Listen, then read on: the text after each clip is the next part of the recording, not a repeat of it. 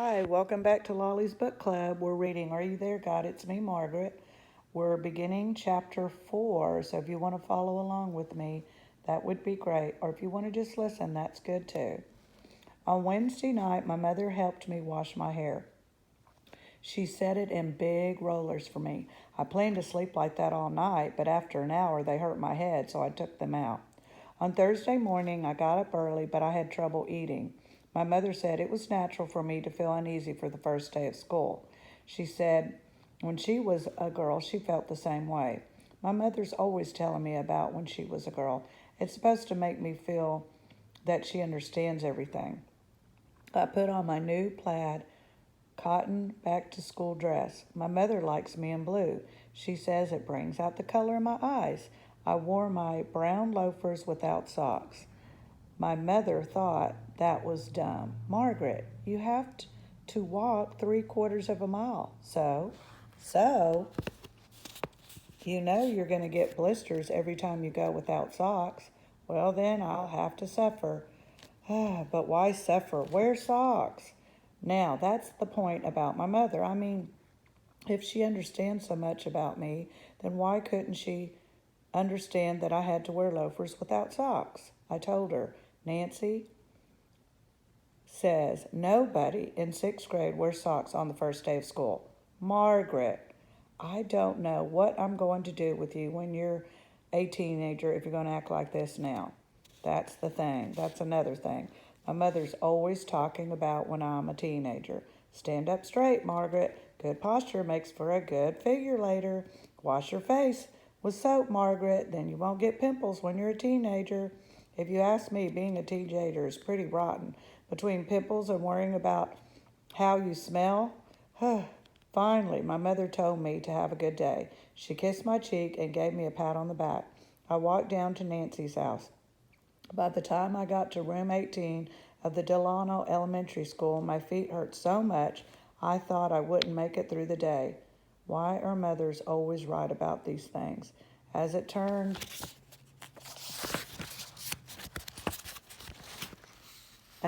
out, half the girls had on knee socks anyway. The teacher wasn't in the room when we got there.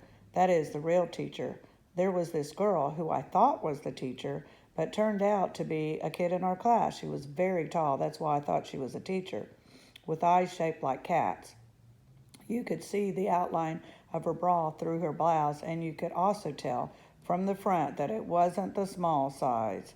She sat down alone and didn't talk to anyone. I wondered if maybe she was new too, because everybody was busy talking and laughing about summer vacations and new hairstyles and all that.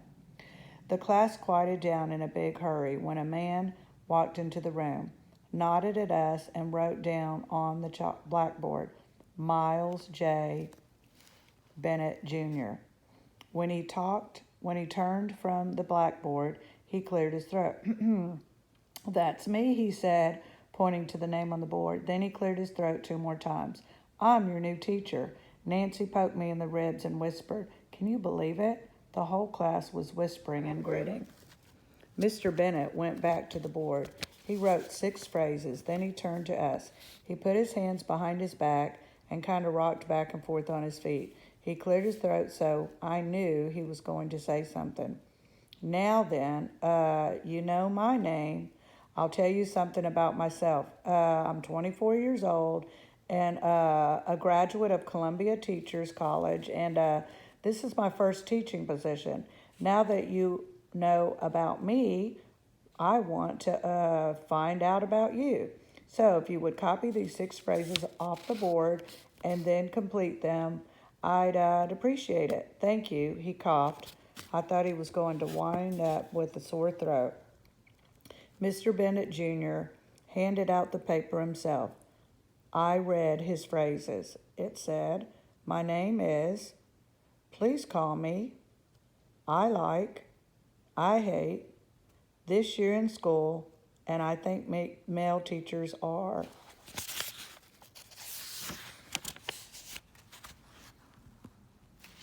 I nibbled on the edge of my pencil. The first 2 were easy. I wrote, My name is Margaret Ann Simon. Please call me Margaret. The next two were harder. I liked and hated a million things, and I didn't know what he wanted to know about. Also, he wouldn't answer any questions. He sat at his desk and watched us. He tapped his fingers and crossed his legs. Finally, I wrote, I like long hair, tuna fish, the smell of rain, and things that are pink. I hate pimples, baked potatoes, when my mother's mad, and religious holidays. This year in school, I want to have fun and also learn enough to go to the 7th grade. I think male teachers are ... That was the worst. How was I supposed to know? Every teacher is different, but I couldn't think of what to fit that in, so I wrote, I think male teachers are the opposite of female teachers. There, that ought to do it. It was a stupid answer, but I thought it was a pretty stupid question. At 2:30, Nancy slipped me a note. It said, Secret Club meets today after school, my house, no socks. I went home to change before going to Nancy's. My mother was waiting for me. Let's have a snack and you could tell me about your first day of school, she said. I can't, I told her. No time now. I've got to go to Nancy's house. I'm joining her secret club. Oh, that's nice, my mother said. Just tell me about your teacher, what's she like. It's a he, I said. His name is Mr. Bennett, and this is his first job. Oh, Gad's a first-year teacher? What could be worse? He's not bad, I told my mother. I thought he was very nice. Well, see how much you learn, my mother said. I changed into shorts and a polo shirt and walked to Nancy's. Okay, that's into chapter 4. You think I should go on to chapter 5? Okay, I think so. Chapter 5. The things were already there. Janie Loomis, Gretchen Potter, and Nancy. That was it. We sat around the porch, and Nancy brought us cokes and cookies. When Gretchen helped herself to 6 Oreos at once, Nancy asked her how much weight she gained over the summer. Gretchen put back 4 cookies and said, Not much. Did you see Laura Danker come in this morning? Janie asked. Which one is she? I asked. They all giggled. Nancy spoke to me as if she were my mother. Margaret, dear, you can't possibly miss Laura Danker. The big blonde with the big you-know-whats. Oh, I noticed her right off, I said. She's very pretty. Pretty? Nancy snorted. Oh, you be smart and stay away from her. She's got a bad reputation. What do you mean? I asked. My brother says she goes behind the A&P with him and Moose. And Janie added, she's been wearing a bra since 4th grade, and I'll bet she gets her period. Did you get it yet, Margaret? Nancy asked. Get what? Your period, Nancy said. Like I should have known. Oh, no, not yet. Did you? Nancy swallowed some soda and shook her head. None of us has yet. I was glad to hear that. I mean, suppose they all got it already and I was the only one who didn't. I'd feel awful. Gretchen smacked her lips, brushed the cookie crumbs off her lap, and said, Let's get down to business. Agreed, Nancy said. First of all, we need a good club name this year. Everyone think of a name for our club. It got quiet. Everybody thought. I didn't really think, but I pretended to. I didn't even know anything about the club, so how could I pick out a name? Gretchen suggested the SGCT, which means the 6th grade QTs. Janie said that sounded really dumb. So Gretchen told Janie if she was so smart, why didn't she suggest a name? Janie suggested the MJM girls, which meant Miles J. Bennett girls. Nancy told Janie she'd forgotten the junior on the end of the name. Janie got mad and excused herself to go to the bathroom. As long as we're on the subject, Nancy said, what do you think of Miles J.? I think he's cute, Gretchen giggled. He is, but he's too skinny, Nancy said. Then I finally thought of something to say. I wonder if he's married. Janie joined us again. My guess is no. He doesn't look married. Anyhow, did you see the way he looked at Laura? Nancy asked. No, did he? Gretchen opened her eyes wide. Naturally, men can't help looking at her, Nancy said. But do you think she looks that way on purpose? I asked. The others laughed, and Nancy said, Oh, Margaret. Nancy had a great way of making me feel like a dope. Then he talked about Mr. Bennett's questions, and Gretchen told us that she wrote male teachers are very strict because if Mr. Bennett thought we were afraid of him, he'd bend over backwards to be really easy going and nice. I thought that was pretty clever, and I wished I would have written it myself. Well, the whole idea of those questions is just to find out if we're normal, Janie said. I hadn't thought about that. Now it was too late. How can he tell if we're normal? I asked. That's easy, Nancy said, from the way you answered. Like if you said, I hate my mother, my father, and my brother, you might be weird. Get it? Oh, I got it. Nancy snapped her fingers. I have the perfect name for our club, she said. What is it? Gretchen asked. Tell us, Janie said. We could be the 4 PTSs. What does that stand for? Janie asked. Nancy tossed her hair around and smiled. The pre-teen sensations. Hey, that's good, Gretchen said. I love it. Janie squealed. We had a secret vote to pass the name, and naturally it passed. Then Nancy decided we could all have secret sensational names such as Alexandria, Veronica, Kimberly, and Mavis. Nancy got to be Alexandria. I was Mavis. Nancy reminded us that nobody in school was to know anything about our secret club, and that at secret meetings such as this, we were to use our secret names. We all had to solemnly swear. Then he had to think up a rule. Nancy's rule was we all had to wear bras. I felt my cheeks turn red. I wondered if the others wore them already. I didn't think Janie did because she looked down at the floor after Nancy said it. Gretchen's rule was the first one to get her period had to tell the others all about it, especially how it feels. Janie's rule was we all had to keep a boy book, which was a notebook that list of boys' names in order of how we liked them. Each week we would have to change our list and pass the boys' books around. Finally, Nancy asked me what my rule was. I couldn't think of one to equal the others, so I said, we meet on a certain day each week.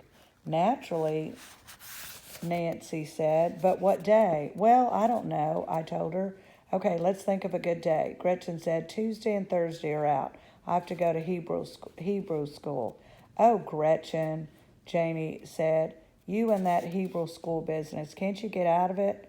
I'd love to, Gretchen explained, but I got to go one more year and then I'm through. What about you, Margaret? Do you go? Janie asked. You mean to Hebrew school? Yes. No, I don't go, I said. Margaret doesn't even go to Sunday school. Isn't that right? Nancy asked. Yes, I answered. How'd you arrange that? Gretchen asked. I'm not any religion, I said. You're not? Gretchen's mouth opened. What are your parents? Janie asked. Nothing, I said. How positively neat, Gretchen said. Then they all just looked at me and nobody said anything, and I felt pretty silly. So I tried to explain. See, my father was Jewish and my mother was Christian, and Nancy's face lit up. Go on, she said. This was the first time they were interested in anything I had to say. When my mother's parents, who lives in Ohio, told her they didn't want a Jewish son-in-law.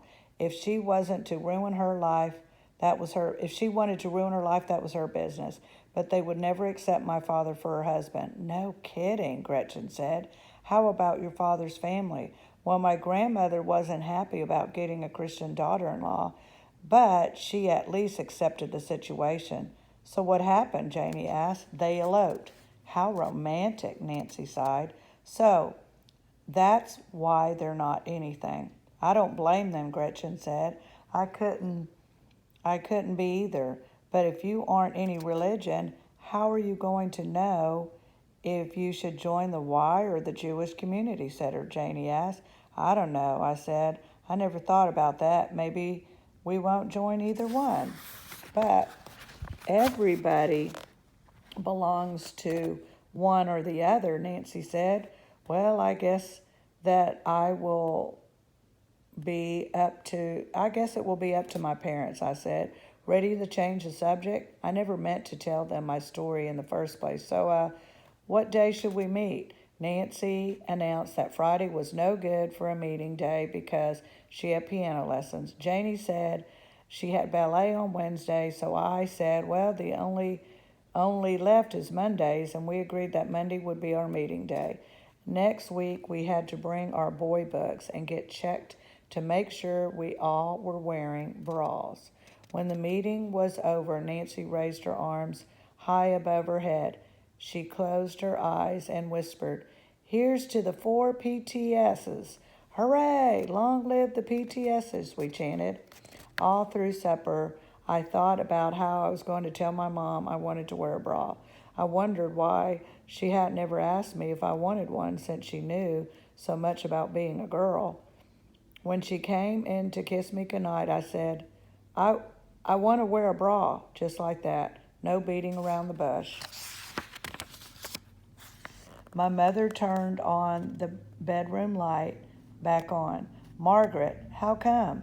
I just do is all. I hid under the covers so she couldn't see my face. My mother took a deep breath. Well, if you really want to, we'll to go shopping on Saturday, okay? Okay, I smiled. My mother wasn't bad. She turned out the light and closed my door halfway. Was I glad that was over? Are you there, God? It's me, Margaret. I just told my mother I want a bra. Please help me grow, God. You know where. I want to be like everyone else. You know, God, my new friends all belong to the Y or the Jewish Community Center. Which way am I supposed to go? I don't know what you want me to do about that. Okay, that's the end, and we'll tune in next time for Chapter 6. Thank you. See you later.